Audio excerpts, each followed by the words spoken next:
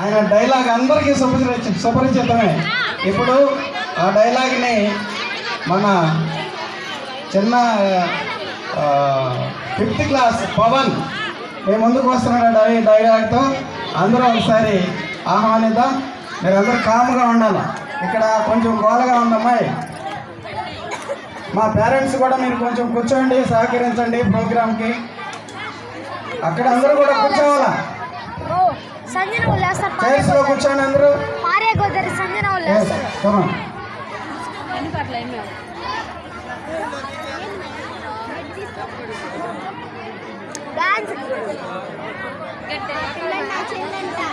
Dance కాదు, ఆశలు కొంచెం తింటావని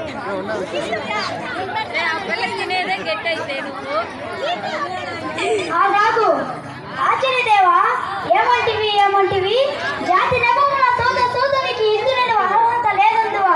ఎంత మాట. ఇది శాంతపరిచి కాని సత్యపరిచి కాకూడదు. ఇది కులపరిచి అందువా. నీ తండ్రి భరద్వాజుని జననం పెట్టింది, అతి జుగుత్సాకరమైన నీ సంభవం పెట్టింది. మట్టి గుండులో పుట్టింది కదా. ఇది ఏ కులము ఇంత ఏలా అస్పద్వితాముడు కురుగులావుతుడని ఖ్యాతనుడు శివ సముద్రాల భార్యను గంగా గర్భుడు జయించలేదా. ఈయనదే కులము.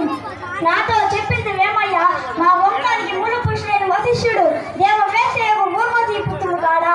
అతను పంచమీ జాతికి కన్యమైన అరుంధతుని శక్తిని, ఆ శక్తిని చందాలని ఎందు పరాశరుడు పల్లెపడుచు మట్టి గంది ఎందు మా తాత వ్యాసుని, ఆ వ్యాసుని విధవ రాత్రైన మా పితపై అంబికతో, మా తండ్రిని మా పితపై అంబాలికతో, మా పిన తండ్రి పాండురాజును, మా ఇంటి దాసుతో ధర్మ